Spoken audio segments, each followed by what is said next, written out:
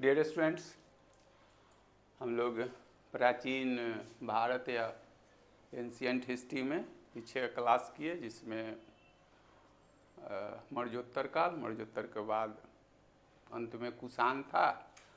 कुषाण के बाद जो आता है गुप्त साम्राज्य, यहाँ से अब ईस्वी शुरू हो जाता है। उसी कड़ी में हम लोग शुरू करने जा रहे हैं।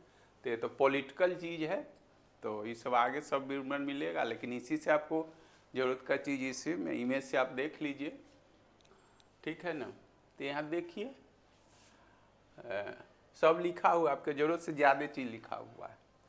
तो गुप्त आगे मिलेगा लिखा हुआ, जो गुप्त वंश के जो शासक थे, कुषाणों के वो क्या थे, सामंत थे, फ्यूडेटर थे। ये अपने आप में क्वेश्चन है, वो आगे लिखा हुआ, लेकिन पहले ही इमेज ला दिए हैं। इतने से आपका पॉलिटिकल चीज़ आपका शुरू हो जाएगा। तो यहाँ देखिए पूछेगा जे गुप्त साम्राज्य के संस्थापक कौन, तो श्रीगुप्त, जिसने महाराज की उपाधि धारण की। हो गया। लेकिन पूछेगा वास्तविक समझाई, लिखा हुआ 320 से ये, तो यहाँ स्पष्ट लिखा हुआ है। तो दूसरा शासक ये होता है, स्पष्ट लिख दिया है, जिसने गुप्त संवत चलाया। ये महाराज की उपाधि धारण करते हैं, ये महाधीराज की। ये सब क्वेश्चन है। हो गया। तो दूसरा शासक या वास्तविक पूछेगा, तो जो पूछता है स्पष्ट लिख दिया, स्पष्ट कर दिया गया। बार बार बोलते हैं जो नोट में अब आपको कुछ नहीं करना है, इसमें अधिक से अधिक चाहे जो पॉइंट है वो याद कीजिए, सब परीक्षा हो जाएगा। इसमें आपकी क्षमता है, सारा याद कर लीजिए, अच्छी बात है, ठीक है ना। पहले इसको नियंत्रण कर। हो गया। अब तीसरा शासक जो आता है, ये देखिए चंद्रगुप्त प्रथम के बाद जो है ये तीसरा शासक आता है, समुद्रगुप्त। महान बीच कविराज के उपाधि धारण करता है। आर्यावर्त मतलब उत्तर भारत के 9 और दक्षिणापक राज्यों को जीतकर सर्वाधिक विस्तार किया। आगे लिखा हुआ मिलेगा इसे भारत का नेपोलियन। यही तो आप लोग खाली रटते हैं, क्यों, ये स्पष्ट यहाँ लिखा हुआ है। ये भारत का नेपोलियन जो इसको कहा है, B.A. स्मिथ जो है इतिहासकार है, वो आगे लिखा हुआ है। ये बार बार पूछता है।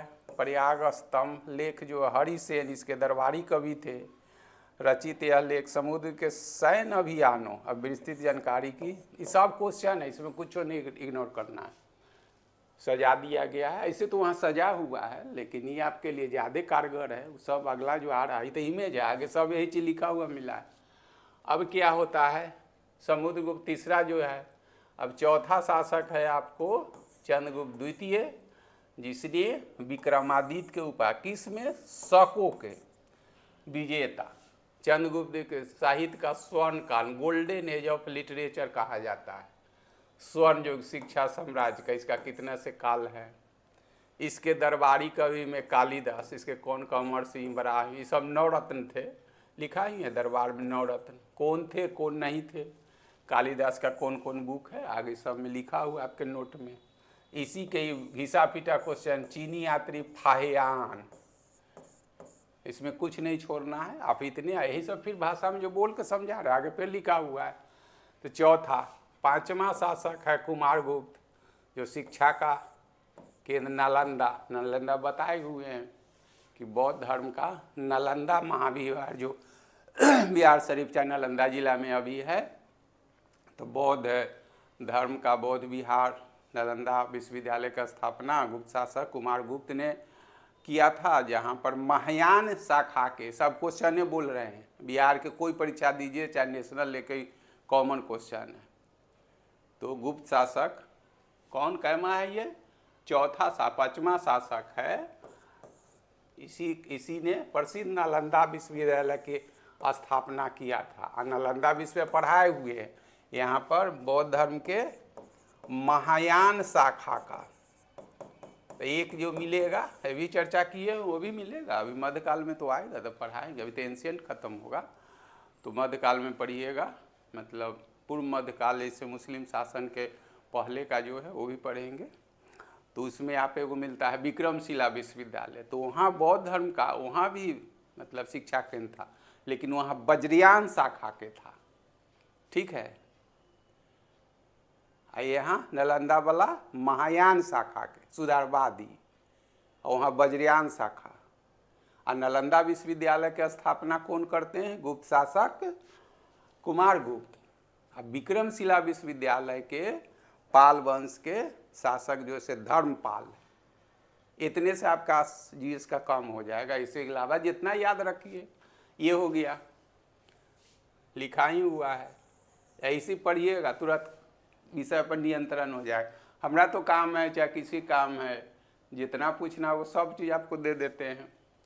फिर स्कंदगुप्त के काल में साम्राज्य का पतन शुरू हो गया।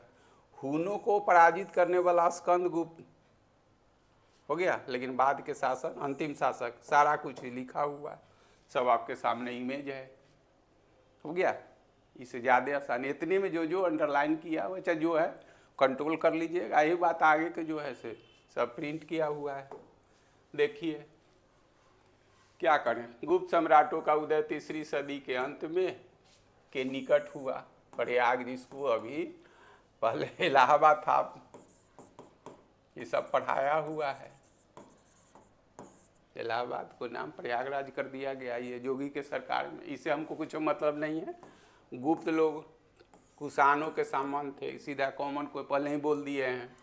इस वंश का आरंभिक राज, क्या बोलना है, सब याद रखना है। संभावित गुप्त शासकों के बिहार की अपेक्षा उत्तर प्रदेश अधिक महत्वपूर्ण रहा, इसलिए आरंभिक अभिलेख उनको यहीं से प्राप्त है। तो कंसेप्ट वाला चीज है। चल हो गया। गुप्त साम्राज्य के बारे में जानकारी के स्रोत हमारे पास क्या क्या है? तो विशाखा दत्त, देवीचंद्र गुप्त, अपने में बुक का याद हो गया। हरिसेन रचित, हरिसेन किसका दरबारी कवि था? समुद्रगुप्त का, वहाँ लिखा हुआ था समुद्रगुप्त। ये एकदम कॉमन क्वेश्चन है, कोई लेवल का परीक्षा देते हो, अंडे इधर उधर दौड़ बढ़ा वाला सब कॉमन क्वेश्चन है। फाहियान, चीनी यात्री, किसके दरबार में? विक्रमादित्य माने चंद्रगुप्त, ऊपर लिखा हुआ था द्वितीय। अब विक्रमादित्य के वही लिखे है ना, विक्रमादित्य के उपाधि ये धारण करता है किसमें? शकों को हराने, शकों को पर विजय प्राप्त करने या पराजित करने के उपलक्ष्य में चंद्रगुप्त द्वितीय को विक्रमादित्य कहा जाता है। लिखा हुआ है। भानुगुप्त के समय एरन अभिलेख, एरन अभिलेख मध्य प्रदेश का है। भारत में, ये तो पहले भी कई बार पढ़ा चुके हैं, भारत में सर्वप्रथम जो है सती प्रथा का साक्ष्य यहीं से मिला है। घिसा पिटा क्वेश्चन है, फिर भी घिसा पिटा कहाँ से? सब पढ़ के जाएगा तो कहाँ से पूछेगा? यहीं से रहेगा। इस वंश का आरंभिक राज उत्तर प्रदेश बिहार में था।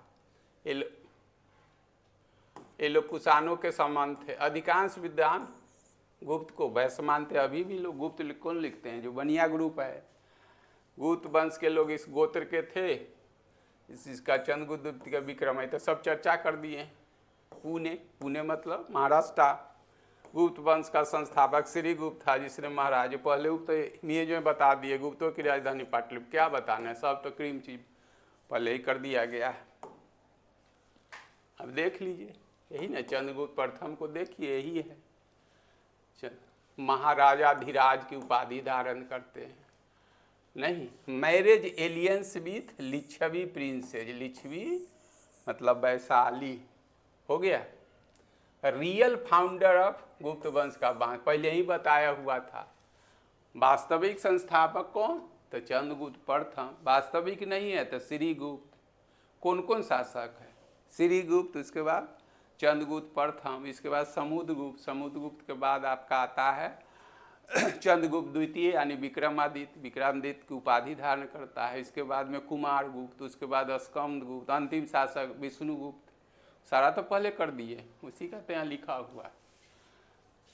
प्रथम को गुप्त संवत चलाने का श्रेय दिया जाता है। शक संवत, जो शक संवत चलाया था कुषाण, कुषाण का कनिष्क 78 में, इसी का काल है। पूछता है, नया चीज जोड़ दिए हैं से गुप्त संवत और शक संवत में कितना वर्ष का अंतर है, तो 241 वर्षों का अंतर। ये हम पढ़ाए हुए हैं, फिर भी आपको याद दिला दिए। चंद्रगुप्त प्रथम को गुप्त कितना बार कहा, गुप्त पहला शासक था जिसने महाराज कही है। चंद्रगुप्त प्रथम भी का विवाह लिच्छवी, यही तो कह रहा है, मैरिज एलियंस, यही तो है, मैरिज एलियंस लिच्छवी हो गया। चंद्रगुप्त गुप्त वंश का पहला शासक था जिसने चांदी का सिक्का चलवाया। यहाँ देख लीजिए, स्टार्टेज use of silver coin, silver coin कैसे रहता था से देख लीजिए। तो क्या देख रहे हैं, एक तरफ जो है से चंद्रगुप्त का है, दूसरे तरफ उसकी पत्नी कुमार देवी का है। यहाँ लिखा हुआ है गुप्त वंश का real founder of Gupta dynasty कौन, चंद्रगुप्त प्रथम। स्टार्टेड गुप्ता संवत, हिंदी इंग्लिश में सब लिखा हुआ। First powerful ruler of Gupta, गुप्त साम्राज्य का सबसे शक्तिशाली कौन था, इसीलिए तो वास्तव की इसको कहा जाता है। शक संवत पहले बता 78 में चला शकीरा, तो ये किसके काल में, कुषाण के। और कुषाण ही नहीं, कुषाण वंश का सबसे प्रभावशाली और क्या कहिएगा, महत्वपूर्ण कहिए चाहे प्रभावशाली कहते, महत्वपूर्ण चाहे प्रसिद्ध शासक कनिष्क के काल में। गुप्त संवत इतना, इसमें सब तो लिखा हुआ है, इतना डिफरेंस है, वो तो पहले लिख दिए, सारा चीज़ हो गया। एक एक चीज़ है, कुछ अलग से नहीं करना, होशियारी नहीं करना, इतने कह दिए, समझ रहे हैं ना। इसी को जितना बार पढ़िएगा, यूपीएससी दीजिए बीपीएससी दीजिए, तो उमें तो थोड़ा जितना बार इसी को पढ़िए।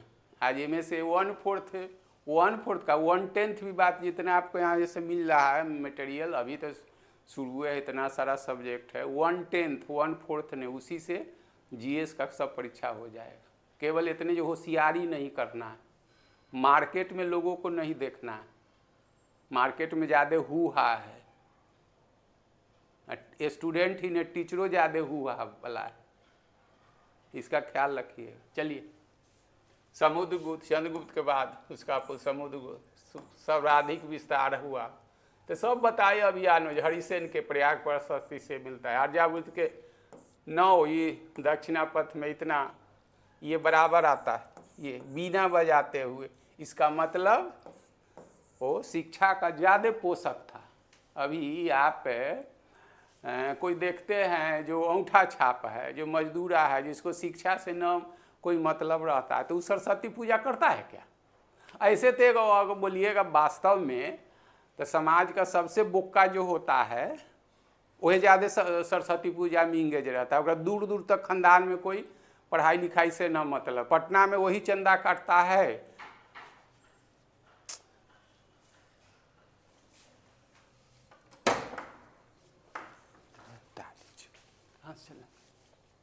तो अब देखते हैं जो यहाँ कह रहा है कि कविराज जब बीना बजाते हुए, तो बीना बजाते हुए, बीना किसका है, मतलब सरस्वती का प्रतीक है। तो बिहार जैसे वही बोल रहे हैं जो सरस्वती पूजा कौन करता है, जिसको शिक्षा से मतलब है, जिसको पढ़ने लिखने से नहीं मतलब है, वो काहे सरस्वती पूजा करेगा। तो यहाँ कविराज की उपाधि धारण करता है, उसके सिक्का पर बीनाई बार बार आता है। इसका मतलब क्या था, शिक्षा, खुद विद्वान था और शिक्षा का ये पोषक था, ये बार बार आता है। फिर समुद्र वसुबंधु जैसे बौद्ध विद्वान, गुप्त वंश के समुद्र लगभग भारत का, इसको ये घिसा पीटा क्वेश्चन है, क्यों ये लिखा हुआ सब मिलेगा।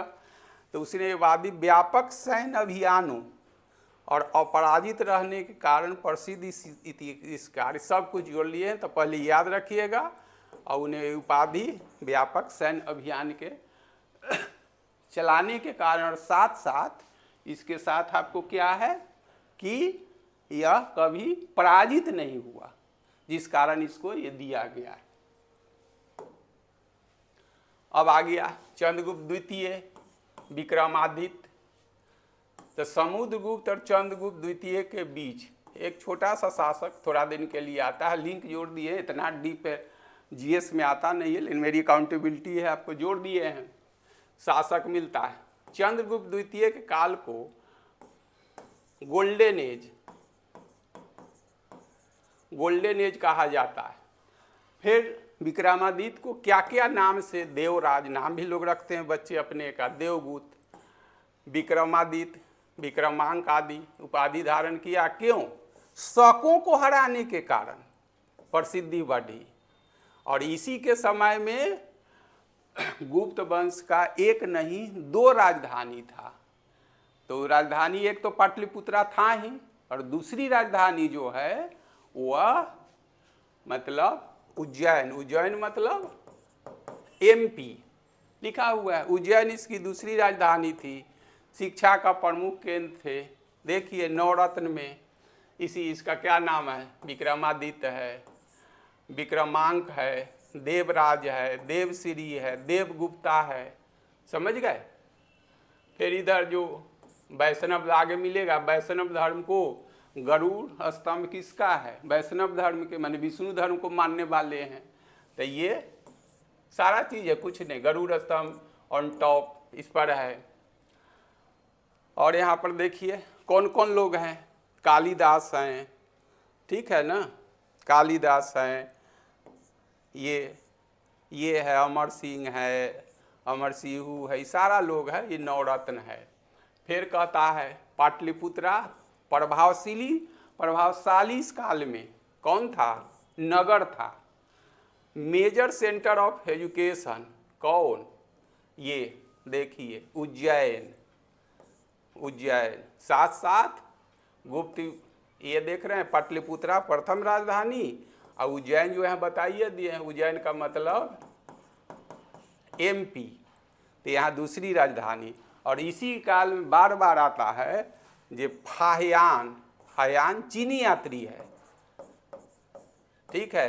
यहाँ लिखा हुआ है गुप्त साम्राज्य के बारे में जानना हमको है तो फाहियान के विवरण से भी हमको पता लगता है। तो ये कॉमन क्वेश्चन है, जो फाहियान किस गुप्त शासक के दरबार में चाहे किसके काल में आया था? तो चंद्रगुप्त द्वितीय यानी विक्रमादित्य के काल में, ठीक है। इसके शासन पहले ही बोल दिए, फाहियान भारत आया। दिल्ली का मेहरौली कुतुब मीनार के पास है स्थित जो है चंद्र नामक राजा की चर्चा की जाती है, जो उसकी समानता है, तुलना चंद्रगुप्त द्वितीय यानी विक्रमादित्य से होती है। समझ गए? ये सब क्वेश्चन आपके लिए। चंद्रगुप्त द्वितीय भगवान विष्णु का उपासक था। उसने विष्णु के सम्मान में लौह स्तंभ और उस लौह स्तंभ के शीर्ष पर गरुड़, यही चीज है लिखा हुआ, डेडिकेटेड माने समर्पित लॉर्ड विष्णु, और गरुड़ सिंबल यही है। यही आगे मिलेगा जब सोसाइटी पढ़िएगा, धर्म पढ़ेगा, इसी में तो अभी तो पॉलिटिकल चल रहा है ना। तो इस काल में सबसे ज़्यादा पुष्पित पल्वित हुआ वैष्णव धर्म, ठीक है। इसके बाद इससे शैव धर्म और भी धर्म जो हुआ, इसीलिए तो इसको गोल्डन एज कहा जाता है। ये हो गया आपका। इसके दरबार में 9 रत्न थे, कालिदास, धन्वंतरी, अमर सिंह, ब्राह्मीण सब है। धन्वंतरी देखिए आयुर्वेद के महान चिकित्सक, ब्राह्मीण खगोल शास्त्री एवं ये अमर सिंह संस्कृत के प्रसिद्ध व्याकरणविद। गुप्त काल को भारतीय इतिहास का स्वर्ण युग कहा जाता है। इसके दरबार में 9 महान विद्वानों की मंडली थी, जिसमें साहित्य, विज्ञान, चिकित्सा योगदान रहा। The 9 gems of the Gupta empire. ये कालिदास है। कालिदास का जितना जो बुक है, कौन कौन, ऋतु संहार, रघुवंशर, अभिज्ञान शाकुंतलम, तो बुक आगे जो है साहित्य में लिख रहे हैं। महानतम संस्कृत कवि एवं नाटककार थे, साहित्य और विज्ञान के स्तंभ थे, यही कालिदास है। ये कालिदास जो थे किसके? विक्रमादित्य के और पाटलिपुत्रा वाले, समझ रहे हैं ना, दरबार में नहीं। उज्जैनी जो मध्य प्रदेश का है, अभी भी उज्जैन जो है सो मध्य प्रदेश, उस दरबार में ये लोग थे, पाटलिपुत्रा वाले में नहीं। तो इतना भी डीप आपको जाने की जरूरत नहीं है, लेकिन पढ़िए, जितने पढ़िएगा उतने इसका अहमियत लगेगा। ये पढ़ते हैं और उस सेट फेट बनाइएगा तो उस सब का ना हम चर्चा करते हैं ना उसका कोई सिर पैर है। उस सेट फेट वाला के लिए जहर दिखेगा, समझे ना। तो ये पढ़िएगा तो जितना इंडिया की एग्जाम होता है जीएस का वो सब सॉल्व होगा। तो ऐसा आपको बना के मिल रहा है। कुमारगुप्त प्रथम द्वितीय के बाद उसका पुत्र कुमार शासक बना। गुप्तकालीन सर्वाधिक अभिलेख, चौथा शासक है। सब वहाँ तो सजाया हुआ, इमेज दिखाया गया है। सर्वाधिक ये कितना है इसकी आपको चर्चा नहीं है, इसे लिख भी दिए हैं। इसके शासनकाल का मंदसौर अभिलेख, मंदसौर जो है से ये भी एमपी में है। धीरे धीरे ज्ञान बढ़ेगा, पढ़िए इस पैटर्न से पढ़िए। एक बार तो दिक्कत होगा, नहीं तो जीएस का जो क्वेश्चन रहेगा एकदम देखते देखते आंसर मिलने से पहले क्वेश्चन देखिए, आंसर का देखिए, इसका आंसर तो हम जानते हैं, ऐसे पढ़िएगा। लेकिन करता लोग है कि 6 महीना वो सेट बनाया, 6 महीना वो बनाया, ज्ञान कुछ होना रहता है। एक लाइन जानिए, जो आपको आसान लगता है किसको आसान नहीं लगता है, किसको आसान नहीं लगता है, सबको आसान लगता है। तो सबको नौकरी थोड़ी दे दिया जाएगा, यही बात है। फिर कुमार शासन में नालंदा भी ये बता चुके हैं। नालंदा विश्वविद्यालय, नालंदा में जो था महायान शाखा का था, नालंदा यूनिवर्सिटी लिखा ही हुआ नालंदा में। मैक्सिमम गुप्ता इंस्क्रिप्शन इसी के काल में, कुमार गुप्त के, महेंद्रादित्य इसका भी नाम है। मध्य भारत में प्रचलन इसी के समय में, चांदी के सिक्का, इतना अभी सब नहीं लीजिएगा, क्यों कुमार गुप्त कार्तिकेय प्रकार के इतना जरूरत नहीं, सब कुछ किया हुआ।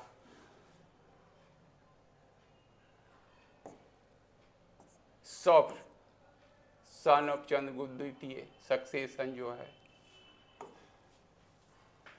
स्कंदगुप्त, कुमार गुप्त के बाद स्कंद बताया। इसी के समय में हूनों का आक्रमण हुआ, लेकिन हून को ये पराजित कर दिया था। ये सबसे पूछा हुआ एक बार बीपीएससी में, जिसका वर्णन जूनागढ़ और भीतरी स्तंभ लेख में मिलता। उधर लाइटवा जाके जलाना दो, कहीं बैठ ले। स्कंदगुप्त ने गिरनार पर्वत पर सुदर्शन झील का, ये बराबर क्वेश्चन आता है।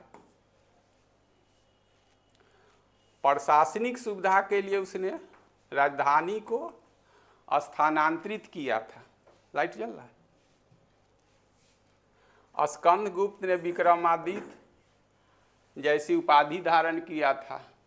इसके शैली में वृषभ शैली, ये सब बाद में पढ़िएगा, इसे सब कुछ दिया हुआ है। गुप्त वंश का पतन, स्कंदगुप्त के बाद पतन आरंभ होता है, लेकिन अंतिम जो शासक होता है वो लिखा हुआ है। विष्णुगुप्त गुप्त वंश का अंतिम शासक था। एरन अभिलेख बड़ा कॉमन है भारत में। सती प्रथा, ये तो पहले बता चुके हैं, ये तो प्राचीन भारत में सती प्रथा का प्रथम साक्ष्य तो लिख रहे हैं। क्या लिखे हो गया, कब 510 ईस्वी में। किसके, भानुगुप्त का सेनापति गोपराज था, उसकी पत्नी सती हो गई थी जब ये सेनापति मारा गया था।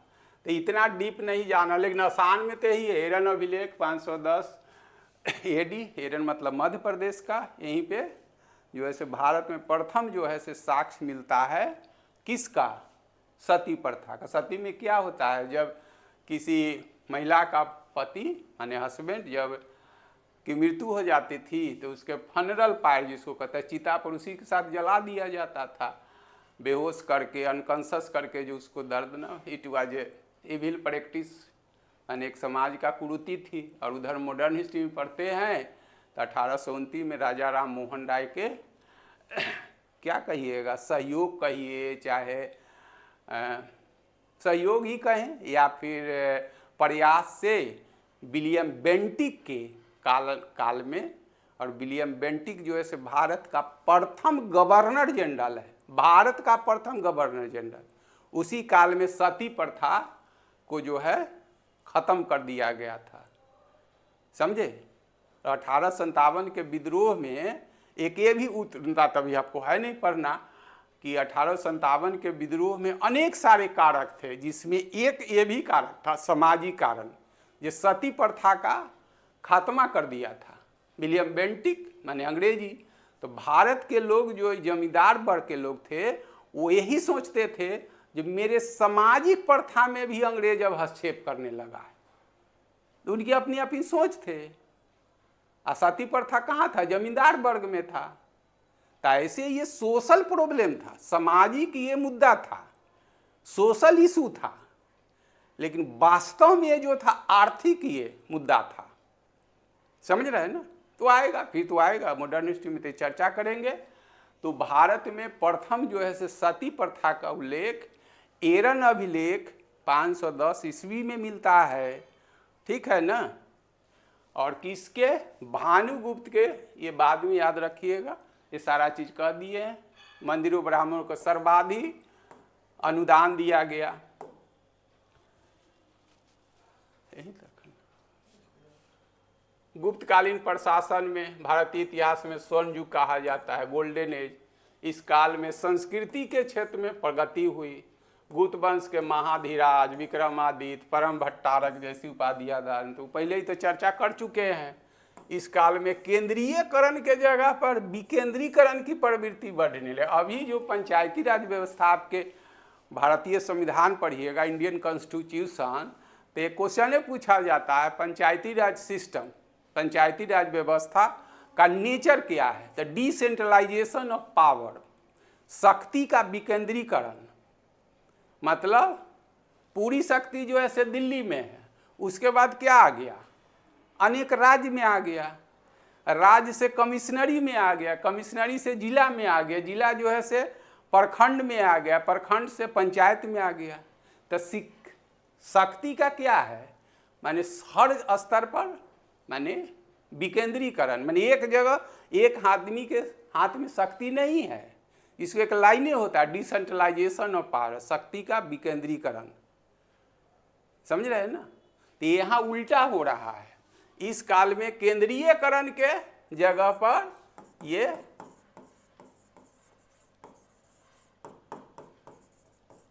डिसेंट्रलाइजेशन की प्रवृत्ति, ऐसा नहीं स्पष्ट हो गया, स्पष्ट नहीं होगा, टेंडेंसी हो गया धीरे धीरे। जैसे पहले पंचायत का चुनाव क्या होता, कोई ठिकाना नहीं था, होते रहता था। बिहार में 20-22 वर्ष के बाद हुआ, 78 के बाद एक बार 2000 में हुआ। इसलिए कि पंचायती राज व्यवस्था जो था भारत के संविधान के अनुच्छेद में नीति निर्देशक तत्व में, अनुच्छेद 40 में है। समझे? तो मौलिक अधिकार फंडामेंटल राइट पढ़िएगा, नीति निर्देशक तत्व पढ़िएगा, तो नीति निर्देश तो रिटर्न में भी लिखने आता है दोनों, अब लेकिन पुराना हो गया है। तो नीति निर्देशक तत्व में जो हमारे भारतीय संविधान में जो कुछ भी वर्णित है अनुच्छेद के तहत, उसके लिए हम न्यायालय का सहारा नहीं ले सकते, न्यायालय का सहारा नहीं ले सकते। तो इसी कारण, लेकिन जब इसी पंचायती राज व्यवस्था को 73वां संविधान संशोधन के तहत इसको कॉन्स्टिट्यूशनल बॉडी कर दिया गया, संवैधानिक संस्था कर दिया, तो अब हर 5 वर्षों के बाद राज्य सरकार की अकाउंटेबिलिटी है कि प्रत्येक 5 वर्षों पर वो पंचायत का चुनाव कराएगा। ये ख्याल रखिए, पंचायत का चुनाव करना राज्य सरकार की जिम्मेदारी है। इतने पढ़ के आगे बढ़ जाइए, इससे ज़्यादा दिमाग लगाना नहीं है आपको, जीएस वाले को। प्रशासन में राजा की सहायता के लिए काउंसिल ऑफ मिनिस्टर अभी भी होता है, अनुवांशिक होने लगा। इतना ही नहीं, एक मंत्री के पास कभी भी होता है, देखिए रहे हैं। गुप्त साम्राज्य में सबसे बड़े पदाधिकारी कुमारत होते थे। कुमारत के अनुवंशिक था, किंगशिप था, तो क्या होगा? राजा का बेटा ही, चाहे बेटा बकलोल हो चाहे कुछ हो, देखिए रहे हैं। अभी कहने के लिए लोकतंत्र है, लेकिन अच्छे अच्छे पोस्ट पर कौन लोग हैं जो वहाँ सत्ता में काबिज हैं? हो गया सम्राट सीधे, बहुत चीज है। गुप्त का अंतिम समय 6ठी तक जाते जाते सामंतवाद, सामंतवाद एक समझाए हैं, जमींदारी तो आएगा मॉडर्न हिस्ट्री में। जमींदारी प्रथा, सामंतवादी प्रथा। तो जमींदारी प्रथा में होता है जे कृषक और राजा के बीच में या मालिक का मजदूर के बीच में एक ही गो होता है बिचौलिया, जिसको आप जमींदार कहते हैं। जमींदार कुछ नहीं, एक प्रकार का दलाल है, बिचौलिया है, समझे, इंटरमीडिएटरी, दोनों के बीच का कनेक्टिंग लिंक है। Who were zamindar, zamindar were nothing but intermediary between क्या कहेंगे, क्राउन एंड वर्कर या फार्मर, किसान या मजदूर और मालिक के बीच में क्या था, बिचौलिया का काम करता था। लेकिन सामंतवादी प्रथा जो है से और खतरनाक होता है। एक बड़े सामंत माने किसी को अगर 100 एकड़ जमीन है तो वो अपना छोटा को रख लिया, तो 4 गो को 25-25 एकड़ दे दिया, वो 25 वाला 5 गो को रख लिया। लेकिन वहाँ जो सबसे नीचे बैठा है जो मजदूर है उसको तो इतना स्टेज में नहीं, इतना स्तर पर उसका क्या होगा, शोषण होगा। और जमींदारी में क्या था, मालिक है और वहाँ मजदूर है, तो एक वो शोषण करता है। तो फ्यूडल सिस्टम या सामंतवादी प्रथा मोर डेंजरस, मोर क्या उसको कहेंगे, exploitative with respect to zamindari system. Zamindari प्रथा के तुलना में सामंतवादी प्रथा ज़्यादा खतरनाक, ज़्यादा घातक, ज़्यादा शोषणकारी होता है। मॉडर्न हिस्ट्री में आएगा, चर्चा कर लेंगे हम लोग। प्रशासन की सुविधा के अनेक प्रांतों में बांटा गया है, प्रांत को इस समय भुगती यही कर लीजिएगा। इसके शासक को ऊपरी कहा जाता था, जिसकी नियुक्ति सम्राट द्वारा की जाती थी। इस पर ज़्यादा प्रांतपति कौन होगा, राजकुमार होगा, चाहे उसी कुल का होगा। सीमांत प्रदेश हो गोप्ता, ये सब तो रटने का चद है। प्रांत को यही तो पूछता है, जिला में जिला को क्या कहते थे, विषय, और उस जिला का मालिक जो होता था विषयपति होता था। प्रमुख नगर पालिकाएँ होती थी, नगर का प्रधान अधिकारी पुरपाल होता है। इसे तो सीधा सीधा ऐसा लूज कर दे। अब इसके अधिकारी देख लीजिए, कुमारात, उच्च प्राधिकारी वर्ग, इसे तो रटने का चीज सब लिखा है। महादंड नायक, न्यायाधीश हो गया, महाबलाद सेनापति, कमांडर इन चीफ, दंड पासिक, पुलिस विभाग का सर्वोच्च एसपी साहेब, संधि विधरक यानी संधि का मंत्री, किससे क्या संबंध रहेगा, तो रटने का चाहिए। सब एक के बार ना रटिएगा, एगो दूगो रट लीजिएगा। जब वो कंट्रोल हो जाएगा तो फिर धीरे धीरे सब एक के बार रटिएगा तो में हो जाएगा। तो जो आपको लगे चाहे कहीं का क्वेश्चन मिले, और जो आता है यही तो आता है, ये तीनों चारों रट लीजिएगा,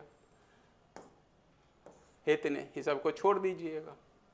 इसमें एक दिन का और है थोड़ा सा क्लास, हम लोग इसका गुप्त साम्राज्य का, और इसके बाद जो होगा वो पुष्पमति वंश, जिसमें हर्षवर्धन का नाम सुने हैं, वो कर लेंगे। तो एक दिन चाहे, और छोटा छोटा जो है एंशिएंट का लगभग चीज़ हो गया है, और जो छोटा छोटा है तो उसकी बहुत परीक्षा में तो अहमियत नहीं है, लेकिन सब उसको बना के आपको मिल जाएगा। इसके बाद में पूर्व मध्यकाल पढ़ेंगे। इसके बाद में वही मध्यकाल, इसमें मुस्लिम का आक्रमण होता है, चाहे मुस्लिम शासन होता है, तो उसमें 2 भाग है। एक सल्तनत काल, जिसमें गुलाम वंश आप समझते हैं, समझे ना, दास वंश जिसको कहते हैं, खिल्जी वंश, तुगलक वंश, लोदी वंश, इसको उसका फिर काल आएगा। फिर छोटा छोटा जो ऐसे नया राज उभरेगा। इसके बाद में मुग़ल वंश, तो मुग़ल वंश में जो आप पढ़ते हैं बाबर, हुमायूं, अकबर, जहांगीर, शाहजहां और औरंगजेब, अंतिम शासक वही है। फिर औरंगजेब के बाद बहादुर शाह प्रथम, जहादार शाह, फर्रुखसियार, तो उसी करते हुए अंग्रेज का आगमन होता था। इधर लिंक अपना जोड़ लीजिएगा। तो इसमें एक दिन एंशिएंट का और क्लास है, एक दिन होगा, चाहे ज़्यादा से ज़्यादा होगा। दूसरा दिन उसमें करेंगे तो अगला जो कदम होगा वो कर देंगे। इतना आप करिए, बार बार यही कहेंगे जो इतने पढ़िएगा, ज़्यादा होशियार नहीं बनना है, समझ रहे ना। आप लोगों से, हमसे आपसे नया परिचय है। कुछ लोग बोलते हैं जो ये टीचर, वैसे वैसे टीचर को वैसा जो है से उसको 20 वर्ष से हम पढ़ा रहे हैं। तो ये सब चीज़ ध्यान से हटा दीजिएगा। चाहे नोट जो है से कंपेयर कीजिए, नहीं तो फ्री कर दिया गया है, अपना देखिए जो कहाँ कौन क्या पढ़ा रहा है। ये सब चीज़ हमको सुनने की आदत नहीं है, कह दिए हैं। जो लोग जुड़े हुए हैं ऐप से, चाहे परचेज किए हैं, मेरे बारे में कुछ नहीं जानते, इसलिए कभी कुछ लिखते हैं, कभी कुछ, वो सब सुनने के हम आदित नहीं, सुनते भी नहीं हैं। इतने जानते हैं जो ज्ञान बस ऐसा आप करते हैं, सब्जेक्ट के कुछ ज्ञान नहीं है। तो इसलिए ऐसा, तो ऐसा पर नियंत्रण रखना है। हमारी जो अकाउंटेबिलिटी है, आपसे 1000 गुना ज़्यादा समझते हैं। खाली पढ़िए नोट, अपने एहसास हो जाए। थैंक यू, मिलते हैं नेक्स्ट क्लास।